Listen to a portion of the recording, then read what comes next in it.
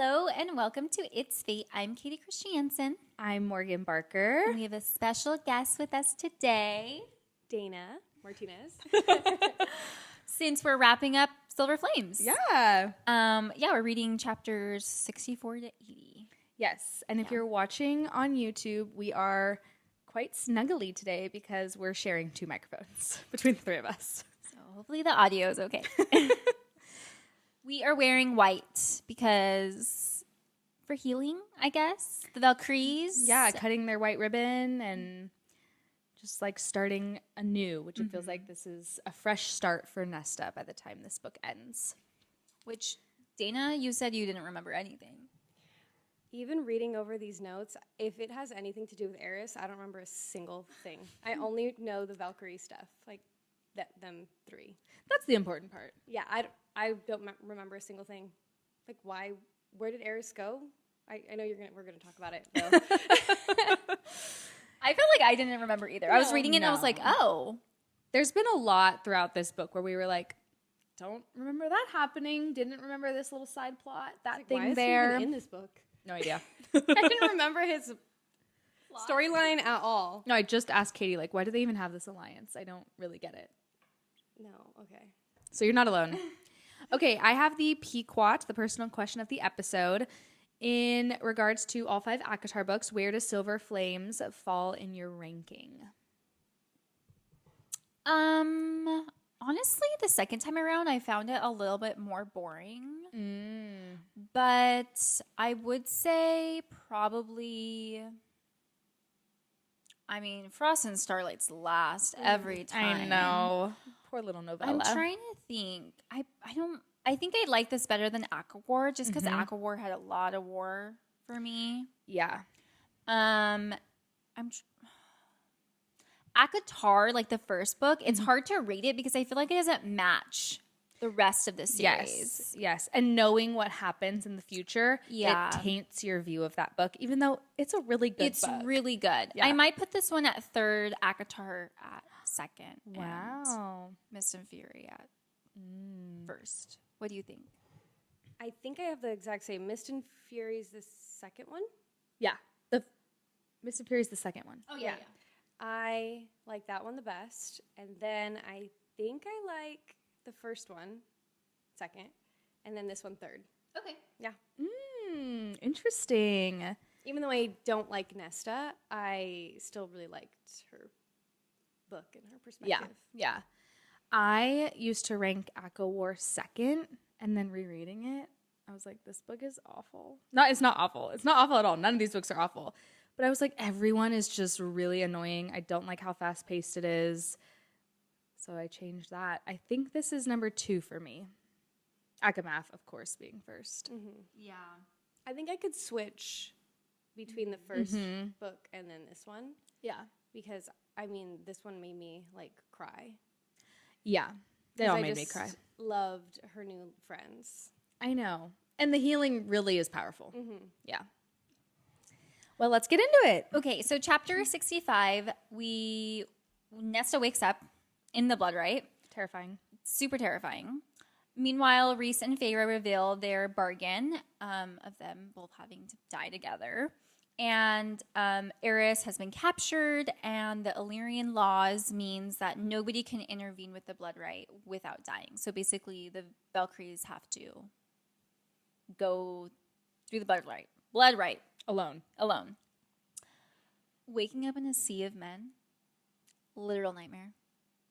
Awful. Especially knowing the culture and like how these males view females. Well, and what would have happened if Nesta didn't wake up before everyone? I cannot go there in my brain. Like, they would have done awful things to those girls. They tried to with Emery and Gwyn. Terrible. Yeah. Can you imagine being Nesta here, right? So she stands up in her nightgown, braless, and is a large-chested girly. The idea of having to be braless while running, let alone fighting for my life, just kill me. I'm done. I feel like it's mentioned, too, that Nesta has the biggest breast out of... Yes. Like, she's well endowed. Yes. No. No. That sounds miserable and scary. Painful. Yeah. Can't relate, so I don't know the pain. I think I'd be fine, but I could see where that would be a big hindrance. Mm-hmm. Not super fun. No. When Farrah and Reese reveal their bargain, I'm really glad that everyone makes it clear that Farrah and Reese were basically really dumb when they did this. Do you think they regret their bargain at all? How could they not? No, I know. Yeah, I think so. I mean, it's really sweet, but not. Like, once you, like, think about it, you're like, no, don't do that. Because now that she's having a baby, if the baby is born, how dumb are they going to feel now that if Reese, who goes into war, or Feyre, who goes into war, dies, their baby is alone. Just going to be alone? I think about that all the time. And have no parents because you guys were so in love. They were not thinking ahead. No. Nesta begins to look for Gwen and Emery, and she realizes that they made their charm bracelets. She made them into, like, little beacons to find each other. And Cassian and Azriel attempt to find Eris. So Cassian keeps cursing Eris for getting captured here. And honestly, I was also kind of like, really? Like, this just seemed... How? Why? It seems a little, like, weird that he got captured. What do you guys think? I thought so too, but then I felt like it explained it later. I know it did explain it, but I still was like, it just felt too easy. For him being captured? For the bad guys. Like, it was just, like, too easy for everything to Convenient. just work out. Yeah. I thought it was so sweet that on Nesta's, like, wish on the charm, she wished that they would be able to go out into the world when they're ready, and the universe was literally like, you're ready, babes. We're going to go out, all three of you. And you're not just going out. You're going out with a bang. Yeah. Oh, man. In the next chapter, Nesta finds and rescues Emery with the help of a random Illyrian male. And Nesta literally went from being the worst friend ever to the literal best friend. She's out here killing and saving for them. Reading about, like, stabbing and gory stuff doesn't really bother me. And I think it's because, like, knives and arrows going into skin. Sorry, Dayna just flinched. To me, that's, like, what's expected, right? Like, that's what they're going to do in something like this. Things that are not meant to go into skin, or things that are not meant, like, when an arrow's taken out of skin, that bothers me because it's, like, not it doesn't feel natural. So when Nesta has the bow wrapped around her body, and then she puts Emery on her back using the bow to hold them together, and it talks about the bowstring digging into her chest, I was like, I started having anxiety. That was really hard for me to read. I know what you mean. Because, you know, like, when you're holding something or, like, and you're like, I am carrying something and it's just, like, pressing into you. And you're like, I'm so close to the car or whatever. Yes, that's what I thought of. I'm like, this does not feel good. I don't like that. I just feel like Nesta and Feyre are both, like, super loyal friends. Like, once they're your friends, they're going to, like, have your back. And they both seem to, like, have their bravery, like, fueled by, like, their protection of others. Yeah. Which I think is really interesting because, like, growing up, Feyre was, like, Nesta's protector, basically. And, like, now Nesta has to be the one to, like, protect her friends because, like, Feyre isn't there anymore. When you think about it, too, I feel like the only way Nesta has ever shown her love for anyone is when she's saving them. Like, she is the biggest bitch to Feyre and literally acts like she hates Feyre all the time, doesn't want Feyre to have any friends, doesn't want Feyre to know anyone she knows, even her own sister. Yeah. But then Feyre is in trouble, and she, even when in the first book, when she went to go find her after Tamlin took her. Yeah. Like, she's always the one to save everyone, but that's the only way she'll show her love is in the moment of saving. Very interesting. That's a good point. I have a hard time understanding Nesta as a whole, like, her whole thing. Me too. Yeah. Yeah. Me too. So, Balthazar, What a horrible name. I'm sorry. No, literally, ugly. I wanted to look it up. Balthazar? Balthazar. It made me think of Bulbasaur from Pokemon. It is the Illyrian male who helps Nesta and Emery. He says he would be stupid to hurt her because Farrah Cursebreaker would not forgive him. Duh! not just her, but Cassian, the Lord of Bloodshed, and Rhys, the most powerful High Lord in the history of Prythian. He seems to be like the only smart Illyrian in this entire blood right. And I don't understand. Well, yeah, it's just wild to me that these Illyrian males are so blinded with this rage for females and this superiority and misogyny that they have no regard for the fact that if they did hurt these females, they would be murdered the moment the blood right ends. It's so worth it to them. They don't care. I don't think they're like smart enough. Like, I think like Balthazar is like a smart guy and probably should like have a higher ranking, right? Like as he's, I mean, I know this is like the start of his like military career basically, Right. but like I think a lot of them are really dumb. And a few of them, like Cassian and Azrael, are like smarter than that. Yeah. It makes me think of, did you guys ever watch Ice Age? Yes. Do you remember the dodo birds? Yes.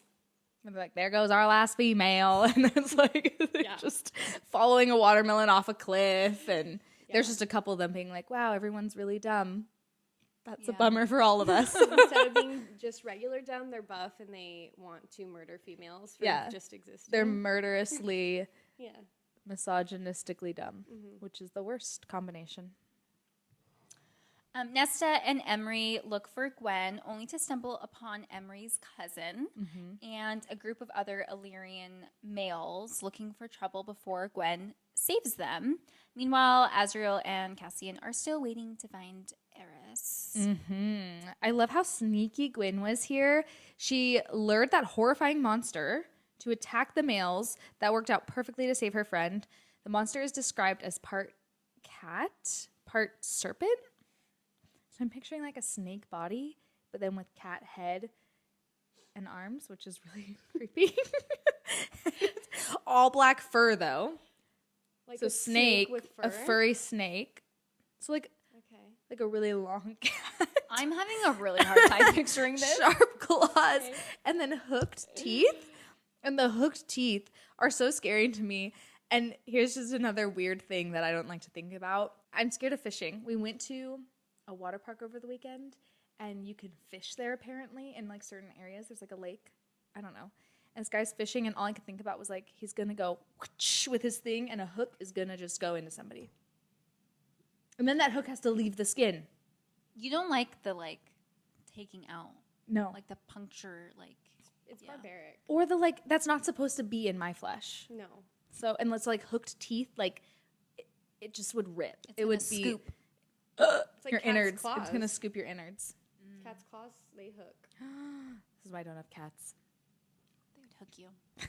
So anyway, that's where I went when I saw this creature. And then when Nesta sees Bellius, who is Emery's cousin, she says that he has eyes that are cloudy like the autumn court soldiers. And he said she, in quotes, planted the weapons, which we learn was Bryalan. And Bryalan can only use the crown when in close proximity to somebody. Do you think I think they tell us later actually how it happened, that he was like wandering around and found her. I just wonder, like, was she planning this all along? Like, how is she that smart? I think when she was like before she got murdered, she was, the villains always love to say how smart they are and give their little speech. She was saying how Eris was like snooping, or like he was in my lands. And it did mention that that like Bellius was on the continent for like That's a what it was. scouting Okay. trip.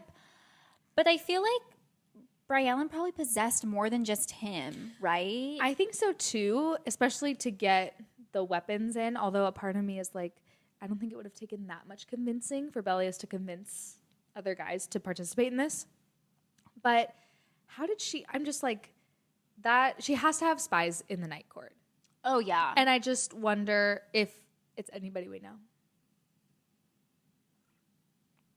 Which like would be Koshi's spies, which makes me think of Meryl and who knows who else.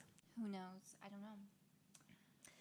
On the next chapter, the Valkyries continue in the Blood Rite. Gwyn gets shot in the leg with an arrow, and they make it to the bottom of Ramiel, which is the sacred mountain that they need to get to the top of. And then Az and Cassian see Eris riding a horse next to Bryalan, and they believe he betrayed them. The girls are continually like taking down males who are like way bigger than them. Yeah. And it seems like them having weapons is like a bigger advantage for them than if they didn't have weapons. It absolutely does. Like it is. It makes it easier for them to take them down because they can use them. Right. Even though they're trained in hand-to-hand combat, these males are larger and most likely stronger. And there's advantages to being like smaller and nimble. But yeah, the weapons was a benefit to them. Yeah, I'm like, well, there you go, Bryellen. Blew up in your face. Yeah. And the girls are smarter. Yes. So Much smarter. When the girls need to make it to this bridge, they say it'll take several hours if they can run it. how is she going to run it with an arrow in her leg? She gets shot after. Oh, While they're okay. running, she gets shot. But she's already like halfway up. No, She's no. not even up the This is mountain. before they get to Ramiel. But then Sorry. they have to hike up that I know. thing. I know. Yeah, so she gets shot before they even get to the mountain. I couldn't even walk around the block with a shot leg. You can barely walk around the block What? without a shot leg. Let's not forget, they still don't have bras. Oh my god. And they're wearing shoes that are too big for them because they're male shoes. Oh my gosh. And it's freezing. And they're going to be like, oh, we're just going to run to this bridge for several hours. Up. Well, not down. Nesta climbs 10,000 steps like it's nothing all the time. But Oh my She's not hurt. gosh. Is she hurt at this point? No, and they're not at the mountain yet. Okay. Yeah, they need to get to this bridge to cross like a ravine or something. Jeez. So I was just really shocked at that and impressed. But she's tired already from carrying a full yeah, person. and they've like barely slept. They've been sleeping in trees. Like basically no almost water. beheading herself with her arrow. Oh my gosh, decapitation also really scares me. As it should. I hope I die in my sleep. Okay, so they get through the bridge scene, right? Gwen gets shot, and now they are near Ramiel, and they're in a tree talking about, like, do we try to hike it or do we just stay here? Because making it to the bottom of the mountain counts as, like, one of the categories. And Emery shared a little bit of history about the rite and the pass of Analius. I was saying Analius. Analius. And this history was just vague enough to make me think, there's something here. So stay tuned for Connecting the Cosmos because it's exciting. And then Nesta, Gwen, and Emery share all their stories, like their traumas and stuff, and just the hard things they've overcome before they decide to climb Ramiel. And even if you haven't been through a situation like theirs, I feel like this is just so relatable to anybody who's ever been through anything hard, right? And hardships are relative, so it could be no matter what, like, size or skill you want to put it on. Just that feeling that, like, everyone deserves to be loved and forgiven no matter what they've done or gone through, except yourself. Like, that's at least, maybe it's not relatable to everybody. It's relatable to me. Everyone else deserves grace and love and all of that, but then, like, I don't for whatever reason. And I feel like they all felt that about themselves, but they were able to encourage each other. And I'm just like, man, I love being a woman in regards to, like, the friendships. Like, that is just something that, from what I've observed, like, men just, it's just harder to come by. Mm-hmm. And they've only been friends for a year. Yeah. Yeah. And they're already sharing their deepest insecurities. I know. I love them. They're so sweet. I know. It was just such a beautiful moment I had to touch on. Yeah, I think, like, shame is a huge part of, like, Nesta's own journey and seeing that, like, these, like, strong warrior friends that she has, like, also deal with shame and also have to, like, overcome these feelings. I feel like shame is not, like, a storyline I read a lot about. So I love, like, this perspective of, like, a character and, like, characters, right? Multiple characters who have to deal with shame and guilt. Yes. Yeah. And I think there's something about feeling shame that, ironically enough, is very shameful. And so, and it feels very unnatural, but everyone has dealt with it in one way or another. I also like the storyline that obviously Cassian helped her really big time, but that, like, her girlfriends have been, like, the biggest part, I feel like, of her journey. But because people who didn't know her actually liked her. Yeah. They didn't know anything else about her. Uh-huh. It's like she got a fresh slate and was able to slowly share, which was cool. Chapter 69, Nesta, Emery, and Gwen hike up Ramiel, but with 4 hours until dawn. And that's like the like cutoff, right? Is like dawn. Yeah, dawn on like the 4th day or whatever. No, it's like a week. Oh my gosh. It's a week. What? I thought it was a night. No, it's Wait, say that again. I thought it was a night. it's a week-long thing. And their injuries are too severe. And they see Illyrian males coming, so Nesta stays behind to hold them off. What a martyr. I'd be so pissed if I set this whole thing up, like convince them all to train, and I'm the only one who didn't make it. I would be too. I was like, dang, girl, that's... Like, anybody else want to volunteer? Anybody want to sacrifice for me? Anyone? No? Okay. Yeah, no, Nesta choosing to repay her friends, where she says, like, she's repaying them the debt of being her friends when she didn't deserve it. This was, like, so melancholy to me.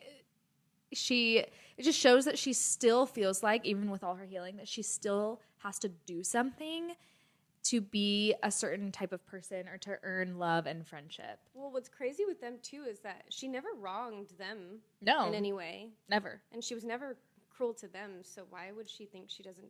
In fact, we were all like, wow, Nesta's Nice now. civil. Yeah, like, oh, when I didn't deserve it, but they didn't even know that she didn't And she deserve didn't it. wrong them. No, and she Yeah. was never mean to them. Yeah.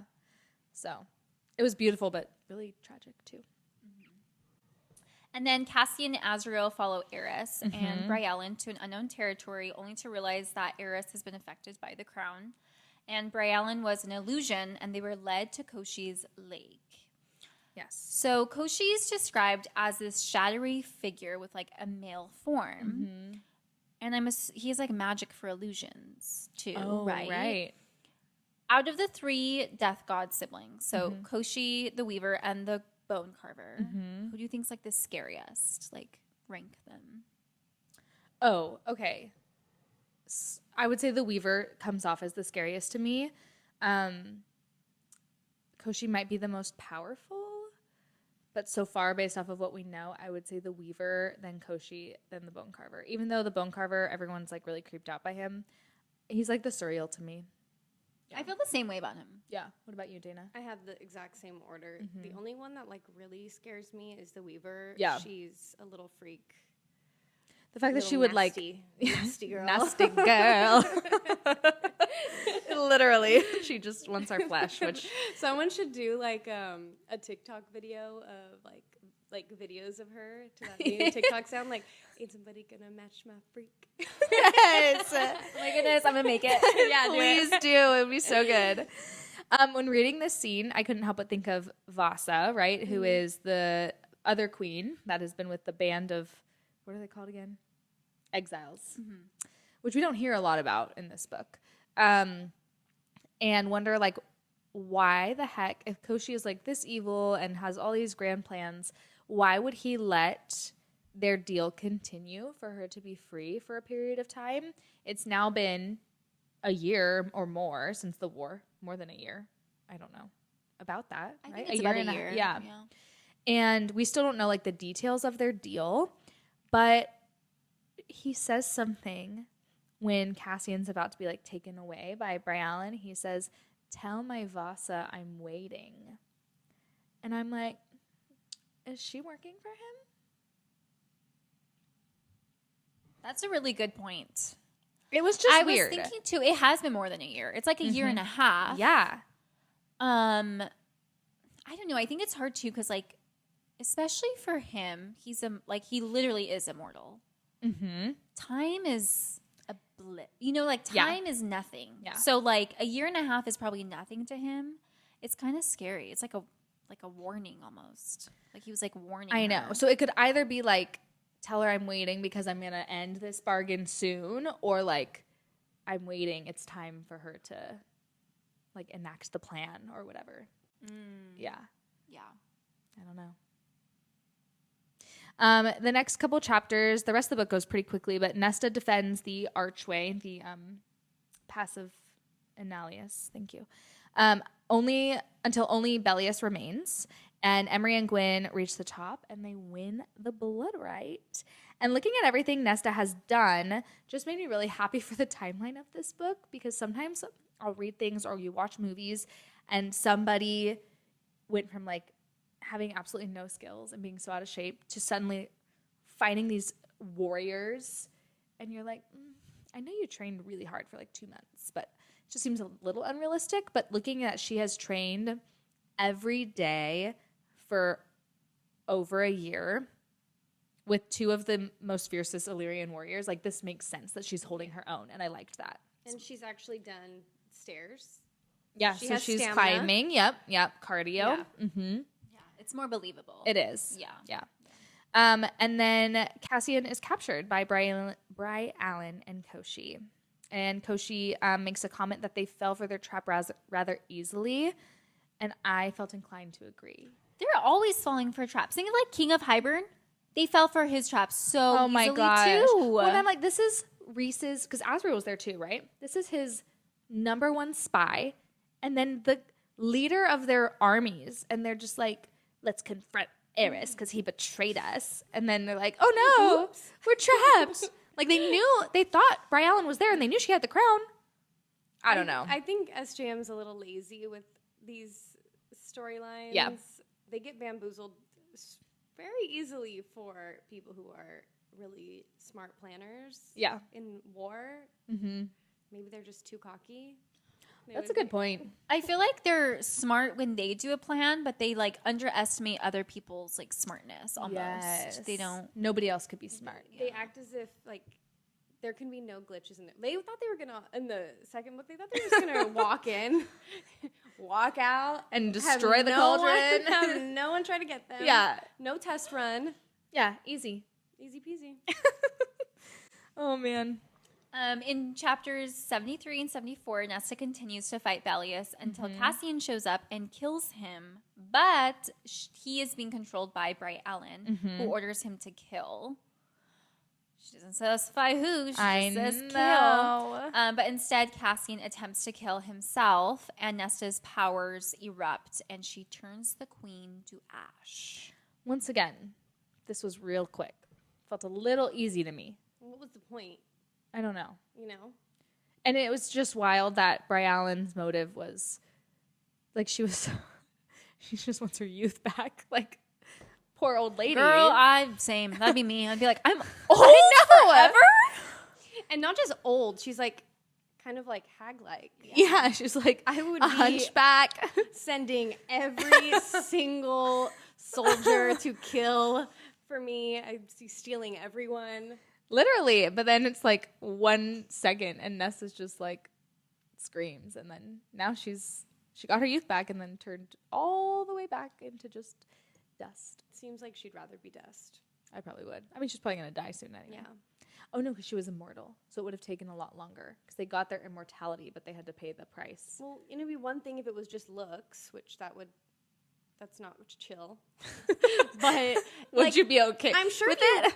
fully age, like it's not going to be fun to be that old and uncomfortable forever. No. Like how terrible. You're like 107 for the rest of your life. Especially after not being able to experience the full years of your life that you expected. Yep. You know, like everybody gets there eventually, but it's like, I've lived this life. It's a part of the cycle. But to just be like, I went from 25 to 107, like you said, and now I'm stuck.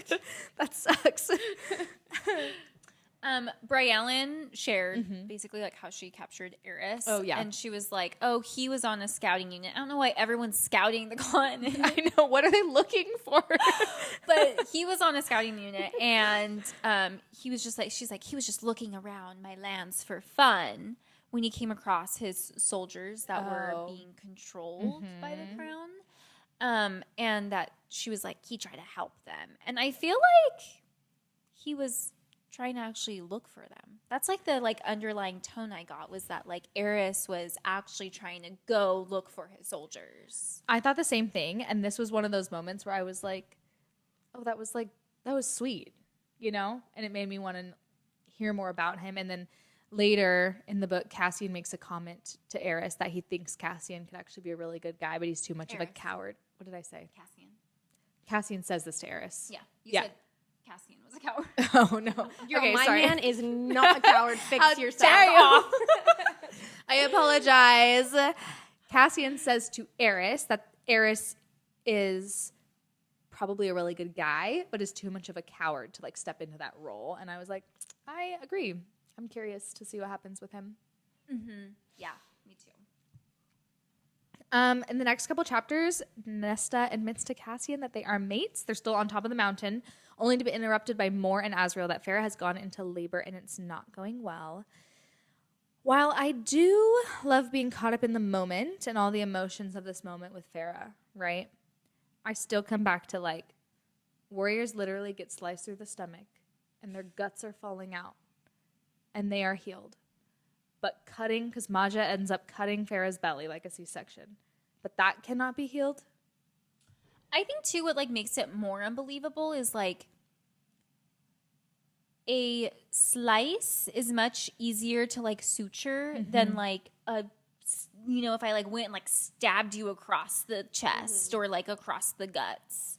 So I don't really know what's going on With there. a non-sterile blade too. Yeah. Like you would hope that this was a sterile, Their uterus is incision. just like, unhealable. I guess. I don't know. Yeah, it really doesn't make sense. People get like, what is it called? Lipo. You literally flip your whole stomach and Do you think they get lipo in Prithian? no, but I'm saying like normal humans can survive like crazy. I know. Like having your whole stomach being open. Yeah. And Well, this sewn was back just very together. medieval because like in like Bridgerton time period, whatever you would call that, Victorian era. I don't know if that's what it is. This is what would happen. Like if a baby got stuck, they would have to cut open the mom, and they would die because they didn't have. It just wasn't. And you think like if they're not being put under or numbed in any way, the pain alone could send your body into shock, and there's just so much. So that would happen. So it felt very medieval, but then you look at all the other crazy things that they can heal and do, and it just doesn't add up. No. I also was super annoyed with Maja in this moment because she was like, the baby's stuck. I'm like, yeah, we know this. We knew this would happen. I don't know why you're acting like it's like a surprise. I don't know. I cannot believe it. This is crazy. Her pelvic anatomy is wrong. It's just been the side plot of the whole novel. Oh my goodness. So as Farah, Reese, and the baby are about to die, it's a very dramatic moment. And like I said, plot is ridiculous. I'm still crying. I'm still emotional. I am here. I am in that room. Nesta summons all 3 items of the trove, plucks the harp, the last string, to stop time, and makes a bargain with the cauldron to save Farah, Reese, and the baby in exchange for her powers. And yeah, like I said, I'm just like, yeah, this is so dumb. Nesta, oh my gosh. La, la, la. And when she tells Farah she loves her, and then she hugs Reese, I'm like, finally. It took 2 years. 2 years. It's about time. It is about time. This is like something I hate too. I do not understand it. I'm like, Nesta has to get her power, has to give her powers away to the cauldron. Reese literally died and like gave up all his power and his life, but he can get his powers back. I don't know. That's an interesting It's thought. just- I feel like his power, Nessa's was never hers. No. She always took it. Like it was always the cauldrons. That's the only thing I can think of like it's a Reese's power he's always had, and it's a part of him. You know? She's giving back like something she stole. Yeah. Yeah. But something But remains. don't she they say says. like the cauldron gives you everything? So didn't the cauldron technically? But the cauldron, I guess, gave Reese his powers. If that's true, he didn't take them, right? Yeah, because that's like, I mean, it seems like all high fae have some sort of power. Yeah. Yeah. That makes sense to me. Yeah. That cleared it up a little bit.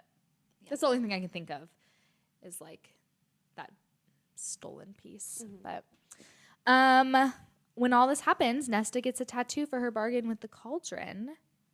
Do you think this bargain could ever actually be broken? Like, can she actually take it back again?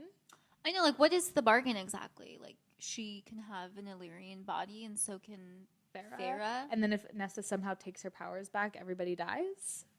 It seems like these bargains aren't as cut and dry. Like I I don't know. know. I feel like bargains can be taken back. Yeah. Our recent Farrah's bargain, is it over now? Did that bargain get set done? I don't think so. I don't know. Nesta They could should have still- included that. They could still die. She should have added that. Yeah. You know what I wonder? You don't get to choose where the tattoo shows up. Mm-mm. That sucks. Like, yeah, what if you have a neck tattoo or a head one? Across your nose, like the sinus band-aids. I know. I would be like, What if it's Cauldron, ugly? if you give me everyone, please give it on my ankle. I was about to say ankle or wrist. Give me a cute one behind my Yeah, ear. yeah. A little sun. Oh my goodness. Okay. In chapters 78 to 79, Cassie and Nesta finally have a little romantic moment. And Cassian meets with Eris, and Cassian tells Eris that he is a good male, but just in a really crappy situation. Yeah. Cassian and Nesta talk, and Nesta says, I love you. And some of the fandom is really annoyed that Cassian doesn't say it back. What do you guys think? I honestly didn't even notice. I did notice. I do wish he would have said it back. I'm like, okay, she struggles. Because I'm not even self-loathing like Nesta. And if I were to tell someone I love you and they didn't say it back, I'd be like, okay, so I'm a big loser. You hate me. You want to break I up? regret that. You're like, actually, I don't like you. I take it back. Did I say I love you? I meant I don't love you. Do you like it, Morgan? It didn't bother me. It's not that I don't feel like I liked it I don't know why I necessarily. asked it like that. I'm like, this is my favorite thing. I love when only one character says it. No, You love when your husband, you just say, I love you to your husband. and he he's walks like, away. I'm just kidding. No. He's like, ew. It's like, thank you. You told me that yesterday. Why are you saying it again? No, it's not that I disliked it. I feel like Cassian has been showing Nesta that he loves her, and I don't really think I noticed it the first time either. I was like, I think I was so caught up in the fact that it's been obvious from the beginning that Cassian loved Nesta, and Nesta was aware of that by her inner dialogue. We knew, and we've all just been waiting for Nesta to be the one to admit it. And so I think that's why it didn't really strike me as anything big in the moment. She obviously knew he did, or else she never would have said it. No, oh I my don't think gosh, it was that big of a deal, but yeah. I also just love Cassian's growth in this book, because I feel like when we first meet Eris and Cassian's point of view, he just thinks that he's just evil and selfish and all this stuff, and it does make me excited for Eris's redemption arc. And I'm wondering if Eris will have his own perspective in the upcoming book, because in true SJM fashion, she loves to give you 20 different POVs as the series go on. I like that about her. I think she's really good at it. And I think that's why I love Throne of Glass so much. And I think that's part of the reason why I love Throne of Glass more than ACOTAR, is because those questions that I have for these kinds of characters, a lot of them get answered because you're getting those side characters' POVs, which I liked a lot.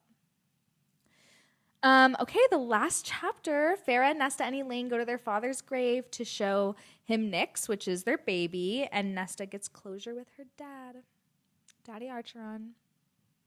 Finally. It's about damn time. Yeah. Whole book. Took a lot longer. It's been 5 books. let's see if it lasts. Probably won't.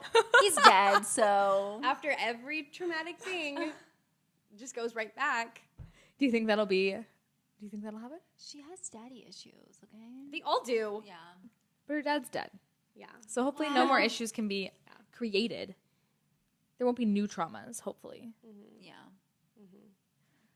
Okay, we're going to do some Connecting the Cosmos, which I know Dayna has not read Throne of Glass I'm yet. just gonna Oh, sit back. no. I know. Well, we do have some Crescent City stuff. Well, these names are all so crazy that You probably I'm won't not going to remember remember any of these names. Maybe when you get to points in the book, you might go, read all. "Oh, that's what they were talking about." But nothing is we're not revealing major secrets in Throne of Glass, at least. I mean, I read this entire book and I can't remember half of it, so I don't think I'm going to remember anything that's said Perfect. today. So, spoiler warning for Throne of Glass and Crescent City.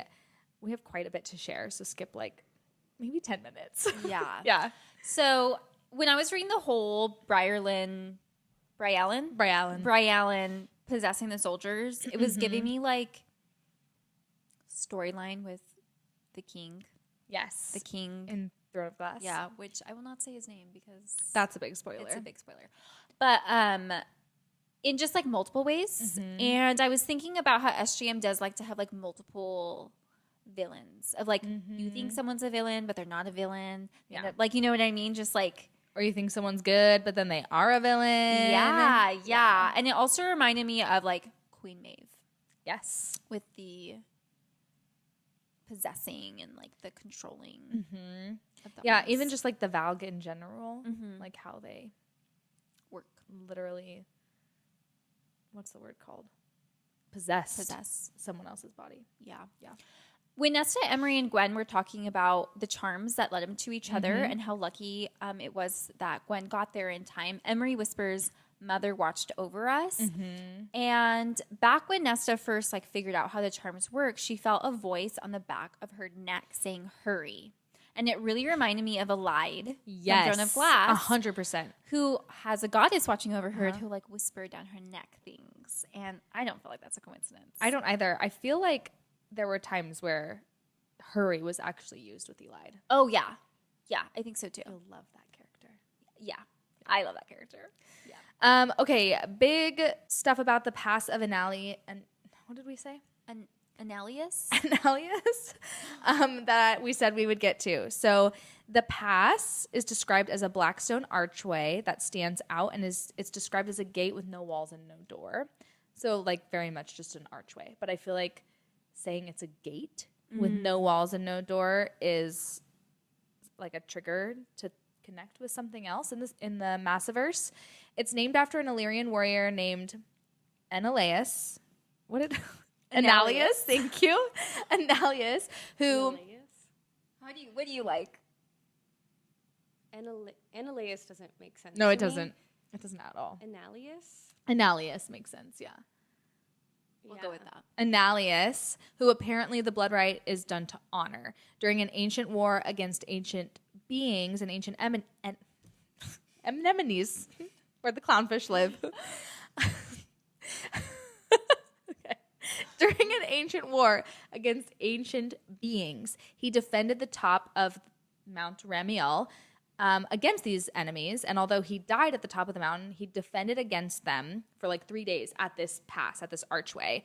Enough time for allies to arrive and for them to win the war. The details of the war are very vague, and Emery says that for some reason the enemies were desperate to reach the top of the mountain. We know that this mountain has some sort of intense presence, as anytime it's mentioned, it's like they can feel Ramiel, just like all of the 3 sacred magical mountains. And when a warrior touches the stone at the peak, they're transported somewhere, like a gate. And I can't remember where the Bat Boys were transported, but Emery and Gwen get transported to the River House, which we know it's not the same because the River House did not exist at the time.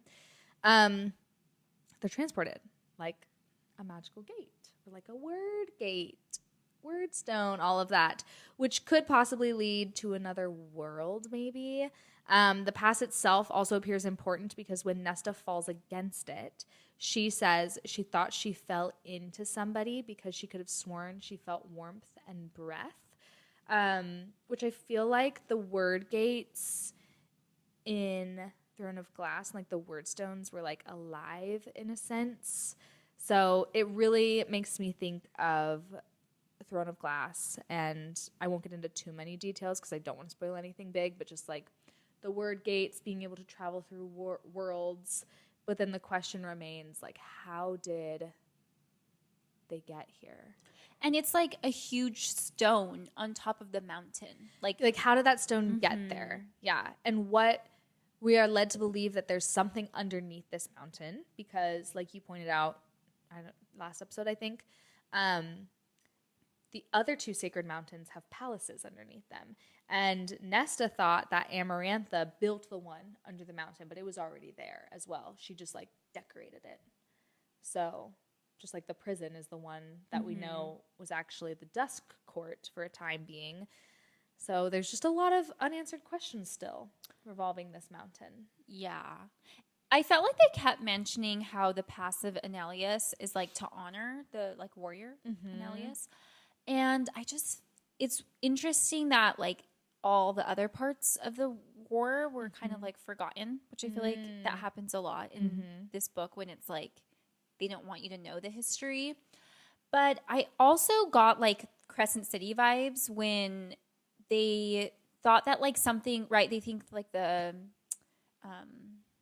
drop was like a tradition, but it wasn't a tradition. It was like they had to do it for some reason. And I felt like it was giving me the blood right was giving me like the same type of thing. Like, why do you do this to honor this warrior? But like, what is it? I don't know. Also, do we really think this warrior who fought to like defend and protect would want his ancestors just brutally killing each other? I don't know. So it makes me think that like, yeah, maybe this did happen, but are they using it as an excuse to cover up something else that like feeds the mountain, or I don't know. And it seems like too, because then you start thinking about how the Illyrians typically cannot winnow, but on special nights they can't, like, right, the blood right, they can, like, who gave them that power? Like, where's that coming from? They don't know. That's why I feel like there's something. What is the actual purpose? Yeah. And I think we're kind of led to believe that these ancient beings who are trying to get to the top of the mountain were like Daglin or some form of Asteri. I don't know when in the timeline this war happened, but something like that is like trying to get from world to world for bad things. It's also mentioned that the mother herself stepped in to save some of Nesta's power. Yes. And the mother is giving me like Aelin and Elena vibes. Like, the mother definitely has her own plans, and I'm kind of scared about them. Are they good plans? Or are they not good plans? Very interesting. I know. I feel like the mother has to play some sort of bigger role. Yeah. Yeah. I've heard some weird theories that, like, Farah could be the mother, Elaine could be the mother, their mother could be the mother, but I'm like, their mother is not the mother because she was terrible. She wouldn't want to save Nesta. She wouldn't want to help Nesta at all. She wasn't mothering. No, she was not mothering. No. So there's our big connecting the cosmos. I blacked out, so I'm not going to remember anything. My brain shut off. Oh my gosh. Okay, so let's rank this book out of 5 stars. I think I'm going to give it... And you can do decimals. I feel like we've always done them. I feel like I'm going to give it like a 4.4, maybe like 4.3, 4.2. I do find it, rereading it, a little bit boring. Yes. But I feel like the first time I read it, I really, really loved it. And I do love Nesta's character, like, arc and her friends. And, you know, I love Cassian. I know you do. He is get 10 out of 10. 100 out of 10. What about you, Dayna? I want to say I did rate it a 5 out of 5 when I first read it, but I think I would rate it a 4 out of 5. Only because, hot take, there's too many sex scenes. I was just like, okay, I get it. Okay, you have I actually skipped the last one. Okay. I was like, I got on a timeline here. I need to finish reading before we record again. Yeah, Let's go. It was a little. They got like, even if they were spicy, I was like numb to it at some point. Like, okay, bang again. Good for you. Good for you. Oh my gosh, that's so funny. I think I also would give it a 4 out of 4, maybe a 4.25, but I feel like more like a 4. I also felt like it was a little boring reading it the second time, but I want to like honor the love I had for it the first time I read it. But still, I feel like even a 4, the book can be really good and have something that, you know, and I think the whole issue with the pregnancy and everything, the first time I didn't love it, but I was so focused on like wanting Nesta to grow. I just kind of, it didn't consume as much of my thoughts. Whereas doing the deep dive this time, I was like, that just was really not great writing to me. There were too many plot holes. So yeah, I'd give it a 4. I also just loved, and I feel like they put one of the best characters. One of my favorite characters now is Gwen. Yes, I know. I really like Hi. her. Anytime she did anything, I was like, "You're so brave." I know, You're and such a brave girl. I just love her outlook on life. Yeah. And even though, like, from the moment Nesta met her, like, she was singing and she just, like, was this joyful presence, even though she's gone through so much darkness and was hiding a lot of shame. Like, she won't even wear her priestess jewel because she feels like she doesn't deserve to wear it because of what happened.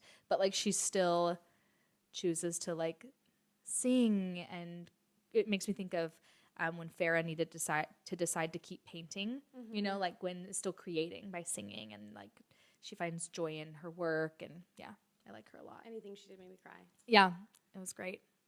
Okay, some fan casting from Miss Dayna, our pop culture queen. I put in Nesta and Cassian just because I forgot who you yeah, picked. I saw that. Okay. So I wanted a little reminder.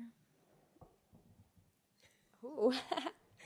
I for Nesta, I said Ella Purnell or Emily Allen Lind. You can look them up. I remember Ella. I feel like I liked Ella a lot as a choice. One of them is from Yellow Jackets. She was Jackie. And then the other girl, I forgot what she's on, but I think she's on, like, the Babysitter's Club or something. She's on, like, scary stuff. And Babysitter's Club isn't scary. Oh, no, okay, maybe it's not the Babysitter's Club. It's like the Babysitter. Oh, yeah, that's a scary movie, Yeah, I think. I think- Like, the Babysitter's Club is like 12-year-old girls babysitting their neighbors. She's on that movie, like the Red Room. Yeah, I don't watch scary movies, so. And then who do you want to know? Cassian? Oh, that same man that everybody wants. The TikTok one? Ken Yaman or something. He's from, like, Turkey. There's no one else that could be Cassian but that man.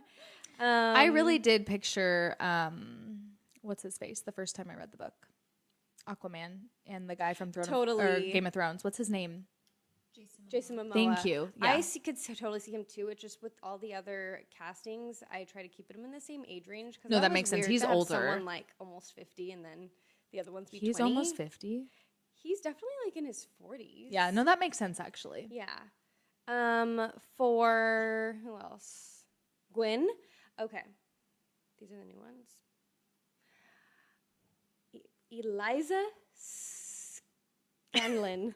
Okay, I didn't know her name, but I know who she is and what she's in. She's in the movie Little Women. Did you watch that movie? Yeah, I did. She's new one. the redhead sister. And Ooh, she was can I like show the... so sweet. For Emery, I had Simone Ashley, who was on Bridgerton. Yes. Second season. Yes. Kate, I love her. Yes, because she would be good. Because she already has like a little edge, and Emery has a little edge. And then who was the other one? Eris. KJ Appa from Riverdale. I have a picture for Katie. If you don't know what he looks like, Okay, yeah. he's really hot. Yeah. Who did you cast as Lucian? Who did I cast as Lucian?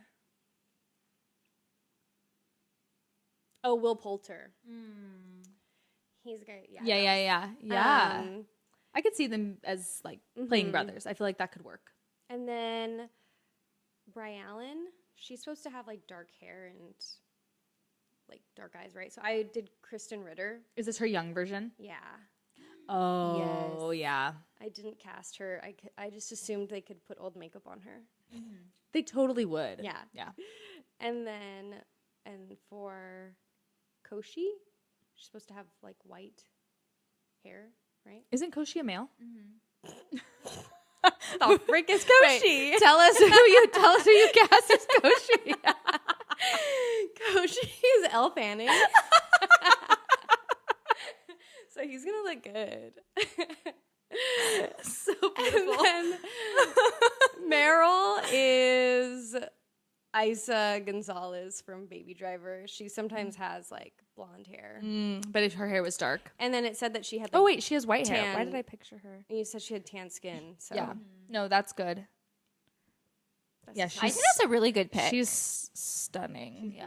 Yeah. My favorite is Koshi. Is Elle Fanning. Yeah, is Koshi. I don't remember half this book. Is Koshi in the other books? Yeah. I do not know who Koshi is. It's the bone carver's brother. Oh, is he the one you were saying He's can the like lake. do the illusions? Yeah. Okay. He's on the lake. I don't know Koshi. Oh my gosh. Okay, last thing really quick. Some predictions for the next book. Do we think Eris is going to get a redemption arc? Yes. Okay. Maybe not the next book, but when. Do we think Moore is potentially hiding things and maybe Yeah, but I feel like Not it's great. not going to be this what we huge think. thing? Like she's not going to be evil. No. Yeah, but she's I really don't think so. suspicious. I feel like she's loyal. She's just very Yeah. suspicious to me. Elaine's love story. What's your prediction? Is she going to end up with Lucien, Azriel, somebody else, or nobody? I don't know why she's picking. Come on. Would you? Who would you pick, Dayna? I would probably just go easy and pick my mate, but my hope is Convenience. that like she ends up with Azriel and that Lucien finds someone that he's in love with and that they do accept their mating bond, but that they're like best friends. And like we see a different kind of a bond. Like that'd be kind of cool to see like a That best would be friend. cool. That would be And like she ends up being really protective over him too. That would be interesting. For some reason, I feel like a best friend relationship to that extreme, that would take like, I'd just be curious to see how that writing would play out with like writing that and a romance. But I guess Nesta became best friends with Emery and Gwen. For some reason in my mind, romance can happen a lot faster than a best friendship. Yeah, I guess it would be easier if they were both fell in love separately so that it wasn't just, Elaine. I think that's the only way it could happen. Yeah. Like, I don't know if Lucien would be like, yeah, let's just like be friends. I feel like they need to be in a situation in Elaine's book of like something happens and it's just them two on an excursion, like protecting each other. And then at the end they come out, like obviously friends or friends, something. like Yeah. best friends. And then accepting the bond. You think she should have picked nobody, Katie? I mean, that's what I want, but Boring. We need love. There's so many hot men. yeah, there's so many hot men. You don't want her to choose because you want her to have them both. Yeah. I see that. Oh. Not no one. You want a throuple. I want a throuple, baby. So that's not boring. Okay. Give me the spicy. Elaine is the wild card. She's into Azrael, who we know is the naughtiest boy of them all. Well, think about it. Shy girls in high school, in life, Katie. are the craziest. So I just cackled into the microphone. Oh my god. I'm embarrassed. I'm saying nothing. So sorry. no shy girls. You are the in one bands. editing this episode, so you can edit it out if you want. Okay, next question. Bryaxis. Do we think she will ever be found? Yeah. Okay. And I think she's a sweetie. I think so too. To be honest, I also don't know who Bryaxis is. It's the monster that was living in the library. Bottom of the library that Farrah made the deal with. Okay. I do know who Bryaxis is. Koshi. Do we think... He's evil. Well, I know that. Don't ask me what I think about Who's he Koshi. gonna fall in love with? who I'm Koshi just is. kidding. Do we think that Koshi will lead to a big war or like a smaller... I want him to be a big war. Yeah. I'm kind of ready for like... a crescendo? Yeah, because I feel like we've had like small ones, but I'm ready for it to be like, this is the final. biggest bad guy. Yeah. I don't think his stuff will be resolved in the next book. I don't think so. Because either. how many ACOTAR books are there supposed to be? I have no idea. I don't know. I don't even know if any, like, Elaine's love story is the only thing that better be resolved in the next book or I will riot. Okay, so that's the end of our ACOTAR recap. That was a big one. And we are going to do a couple things differently in the next couple weeks. I just got a nice thumbs up over my face on our video. Yep, there it goes again. Okay. Our next episode is going to be a mini episode with me and my husband. And then the episode after that, a friend and I are going to discuss what Enneagram numbers we think these characters are. And then we're going to start like a little mini Fourth Wing session, 1 to 2 episodes. I cannot wait for you guys to read Fourth Wing. I am obsessed. I'm probably going to start very soon. I'm reading Happy Place, and I want to finish it. And then I've been in a rut. I've been in such a reading rut, and I think it's because Silver Flames was really boring, and I was like, I have to read it. And I don't know. Oh, wait. I'm thinking a funny story. I know. I got to read Happy Place so I can read Funny Story. I loved Happy Place too, though, but it's not as happy. Oh. Well, it ends Is up it funny? Well, have you read other Emily Henry books? Yeah. It's the least, like, funny happy. I love that book, though, but This it made is me not cry. what I need in my life right now. I cry on freaking Zootopia. I don't even cry in books. I cried a lot on Happy Place, but maybe it just hit too close to home. It means I'm... Wow. Okay. Well, I'm trying to, like, get away from my sad life, so Yeah, maybe but- I'll maybe it just... jump to Funny Story. Yeah. Who knows? But anyway, I think I'll start Fourth Wing very soon, so I'll text you my updates. You're going to be so in it. I do love dragons. Same. House of the Dragon. Do you guys watch that show? No. No. Oh, okay. Never mind. So we'll see you next week. Follow us on TikTok at It's Fate Podcast. And on Instagram and YouTube. It's Fate Pod. Mm-hmm. Rate, review, subscribe.